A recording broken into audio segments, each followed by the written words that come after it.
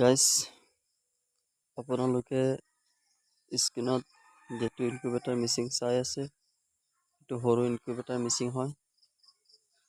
এইবিলাক মেচিনৰ ৰিজাল্ট বহুত ভাল হয়। 70-80% ৰিজাল্ট আহিব।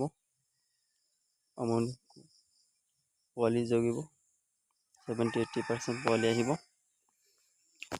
গাইজ এইটো মেচিনত আপোনালোকে যি কণী দিয়ে, হাঁহৰ কুকুৰা কণী 70 পৰা 80টা কণী দিব পাৰিব।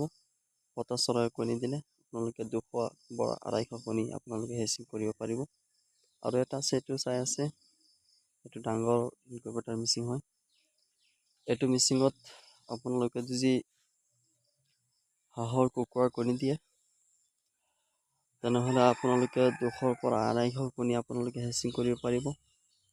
আৰু যদি আপোনালোকে বতা চৰাইৰ কণী দিয়ে তেনেহ'লে 500 পৰা 600 কণী আপোনালোকে হেচিং কৰিব পাৰিব। এইবিলাক মেচিনৰ ৰিজাল্ট বহুত ভাল হয়। আপোনালোকৰ ৰিজাল্ট 70 পৰা 80% ৰিজাল্ট আহিব এইবিলাক মেচিনত। মই নিজে এইবিলাক মেচিনত পোৱালি জগাওঁ। আপোনালোকে চাই আছে, মই মেচিনত কণী দিছোঁ, হেচিং কৰি আছোঁ। ৰিজাল্ট বহুত ভাল হয়।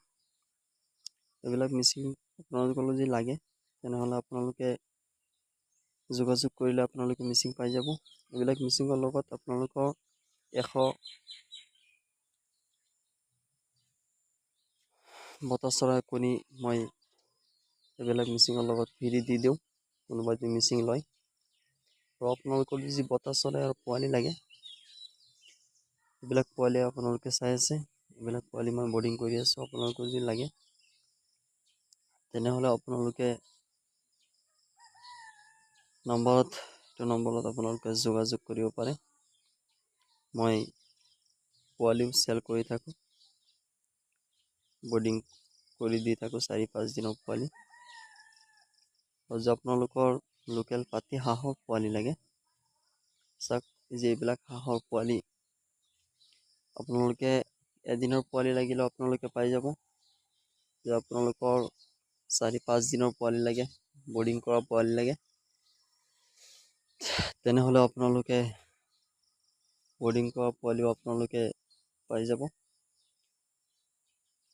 বেলেগৰ পৰা 1 টকা 2 টকা কমতে আপোনালোকে মোৰ পৰা পোৱালি ল'ব পাৰিব। যি মেচিন লয়, ইনকিউবেটাৰ মেচিনৰ আপোনালোকে কম দামত আপোনালোকে পাই যাব। কেনেকৈ ৰাখিব লাগে এইটো মই আপোনালোকক যদি কোনোবাই লয় তেনেহ'লে মই এইটো জনাই দিওঁ।